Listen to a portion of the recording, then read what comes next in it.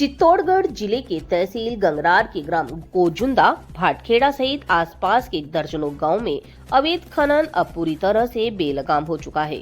खनन माफिया द्वारा दिन रात की जा रही विस्फोटक गतिविधियों से ग्रामीण जीवन को नरक बना दिया गया है। हालात ऐसे हैं कि गांव के मकान अब दरकने लगे हैं। सड़कों पर चलना जान जोखिम में डालने के बराबर हो गया। पूरा क्षेत्र भय के साए में जीने को मजबूर है। ग्रामीणों का आरोप है, खनन माफिया प्रतिदिन शक्तिशाली विस्फोट करते हैं, जिससे घरों की दीवारें कांप उठती हैं। वहीं कभी भी बड़ा हादसा हो सकता है। भारी ट्रक और ट्रैक्टर तेज रफ्तार से गांव के बीच में गुजरते हैं, जिससे आमजन, बच्चों और बुजुर्गों की जान पर हर पल खतरा बना रहता है। सड़कों की हालत इतनी बदतर हो चुकी है कि पैदल चलना तक दूभर हो गया। अवैध खनन ने पर्यावरण को भी तबाह कर दिया है। जमीन को 150 से 200 मीटर तक खोद कर क्षेत्र को मौत के गड्ढे में बदल दिया। इन गहरे गड्ढों ने गिरने से मवेशियों की लगातार मौत हो रही है। कुओं और ट्यूबवेलों का जलस्तर तेजी से गिर चुका है। खेत बंजर होते जा रहे हैं, वहीं किसानों की फसलें भी चौपट हो रही हैं। खनन से उड़ती धूल ने हवा को जहरीला बना दिया, जिससे ग्रामीणों का सांस लेना तक मुश्किल हो गया।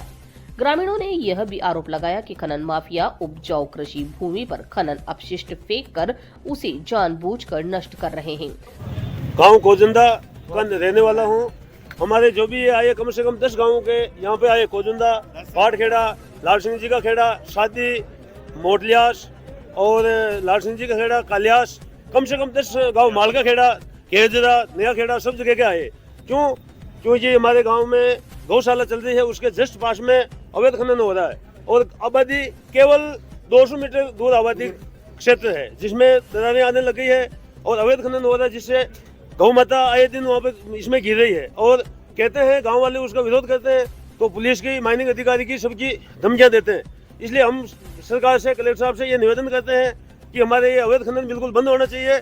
अवैध हो या वैध हो, कुल मिलाकर हमारे को ये लीज बहुत नुकसान कर रही है। किसानों का जल स्तर डाउन हो रहा है, किसानों की जमीनों को नुकसान हो रहा है। फसल हो रही तो फसल के ऊपर वो पूरा केमिकल का वो वातावरण वाला जम गया, तो किसान कमा खाए या क्या करे।